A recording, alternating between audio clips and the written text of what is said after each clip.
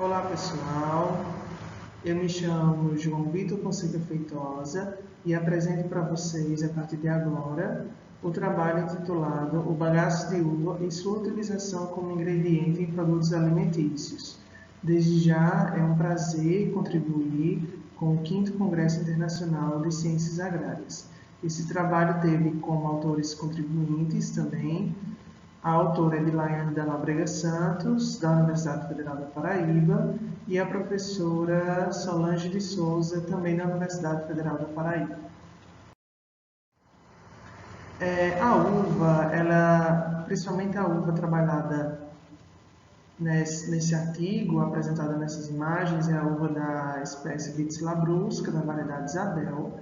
Elas são frutas da família Vitácea e elas são muito produzidas e utilizadas para a elaboração de sucos, geleias, vinhos, passas e também para o consumo in natura. Como nós podemos observar nessa imagem, a uva ela apresenta-se na forma de cacho e os cachos são compostos por várias bagas, que são as unidades de uvas. E as bagas elas são compostas por cascas, polpas e também sementes.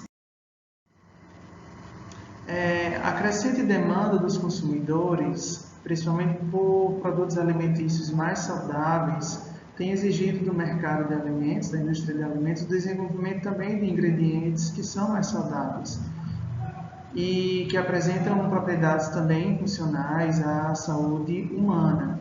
E por isso, a utilização do bagaço de uva, seja na forma de farinha ou em pó, ela é muito atraente para esse mercado, para esse novo mercado, principalmente porque esse tipo de bagaço, que geralmente é um resíduo do processamento da uva, ela é muito rica em compostos bioativos que são interessantes para a saúde dos consumidores. E esses produtos, vários estudos na literatura relatam que eles podem ser utilizados tanto em produtos de panificação, como em produtos lácteos, como também em sobremesas, doces e alimentos instantâneos. Nesse trabalho, nós vamos dar uma ênfase maior para as sobremesas lácteas. Então, o objetivo, nesse contexto, torna-se importante abordar como o bagaço de uva ele pode ser aproveitado como ingrediente em produtos alimentícios e também como os impactos do processamento em seus constituintes químicos, principalmente quando a gente trata sobre os impactos sobre os compostos bioativos. E no caso, objetivou-se realizar uma revisão de literatura com ênfase na aplicação do bagaço de uva como fonte de polifenóis em produtos alimentícios, com ênfase em sobremesas lácteas. Então, a metodologia, esse trabalho é uma revisão bibliográfica, onde foi realizado um levantamento de informações referentes ao assunto. Então, foram pesquisados trabalhos no portal Periódicos CAPES, no Google Acadêmico, no próprio Cielo e também no Science Direct. Após a coleta dos dados, nós organizamos esses dados em diferentes tópicos, em diferentes sessões. Então, como resultados, nós encontramos que as uvas, elas foram introduzidas no Brasil pelos italianos em meados do século XIX e em 2018 o processamento da uva chegou a 51,39% do total que foram produzidas no Brasil, sendo o restante utilizadas para o consumo in natura. Então, nesse processamento, milhões de toneladas de resíduos eles são gerados por ano. Então, cerca de 20 a 30% das uvas elas são compostas principalmente por cascas e sementes. E nós podemos observar o quão grande é a quantidade desses resíduos que são produzidos, desses bagaços. Então, esses bagaços eles são ricos em água, são ricos em açúcar e fitoquímicos, como, por exemplo, os fenólicos, os flavonoides, as antocianinas, que são responsáveis principalmente pelas cores das uvas, sejam elas pretas, vermelhas ou roxas. E aí sabe-se que esses fenólicos, esses fitoquímicos, eles têm propriedades antioxidantes, antimicrobianas, anti-inflamatórias, anticancerígenas, e essas propriedades elas são bastante interessantes para o consumo humano. Então, esses elementos eles são considerados metabólitos secundários das plantas, ou seja, não fazem parte dos metabólitos da produção primária das plantas, mas sim dos metabólitos secundários, que são utilizados principalmente para a proteção das plantas por agentes externos. E aí existem vários tipos desses fitoquímicos que são comandados principalmente pelos flavonoides nas uvas, e dentro dos flavonoides nós temos diversos tipos também, como as antocianinas, por exemplo, e essas estruturas químicas elas vão se diferenciar uma da outra principalmente pela presença ou não de algum tipo de ligação dupla, né? Além de outros fatores que também podem diferenciar um flavonoide do outro. Mas nas uvas nós damos ênfase principalmente à presença das antocianinas, que são conhecidas por apresentarem capacidade também antioxidante. Então, como é que funciona essa capacidade antioxidante? Nós temos nos nossos organismos radicais livres, e esses radicais livres eles possuem uma molécula estável, né? E aí, para poder se estabilizar, o antioxidante ele vai doar uma molécula para esse radical livre, e esse radical livre ele passa a ser estável. E o antioxidante, que foi a molécula que doou esse elemento para se estabilizar a outra molécula, ela não perde a sua estabilidade. Então, essa imagem vai tratar um pouco sobre esse mecanismo antioxidante das moléculas antioxidantes, das substâncias antioxidantes. Então, nós sabemos que, pelo bagaço de uva ser rico em água, em fitoquímicos, em açúcares, elas se degradam com certa facilidade, o que é necessário utilizar alguns métodos de conservação para poder prolongar a vida útil desses bagaços, transformando eles muitas vezes na forma de farinha. E aí utiliza-se a secagem, geralmente a secagem por convecção em câmaras de isolamento, onde há transferência de calor por corrente pela presença de ar quente, e aí essa transferência de ar vai retirar a água desse bagaço, e retirando a água vai concentrar os sólidos, fazendo com que haja maior durabilidade desses produtos.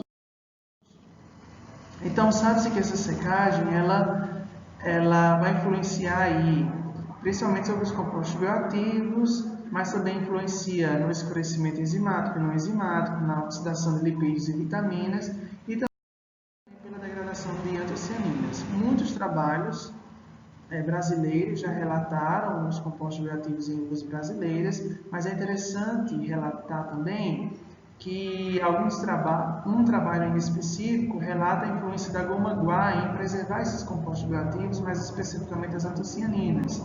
Então, torna-se aí um outro meio de preservar também essas substâncias, mas são estudos que ainda precisam ser mais estudados com mais ênfase. Então, a goma guá ela é conhecida por ser um polissacarídeo natural, tá? E aí ela é composta principalmente por galactose, pelos açúcares galactose e manose. E é muito conhecida a indústria por apresentar algumas propriedades biológicas, principalmente textura, viscosidade, consistência, e também atuar aí na aparência dos produtos na qual ela é inserida.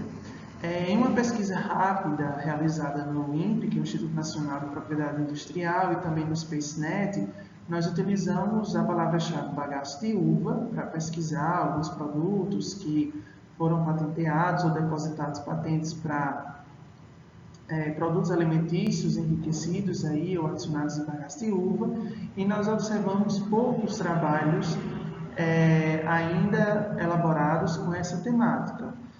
Dentre alguns artigos que nós encontramos no Science Direct sobre a utilização de bagaço de uva em produtos alimentícios, nós encontramos esse de Nicole e Tarak em 2018, onde eles utilizaram o bagaço de uva em produtos lácteos, bem como outros trabalhos que relataram que esse bagaço ele tem sim boa aceitação sensorial pelos provadores quando inseridos em produtos alimentícios.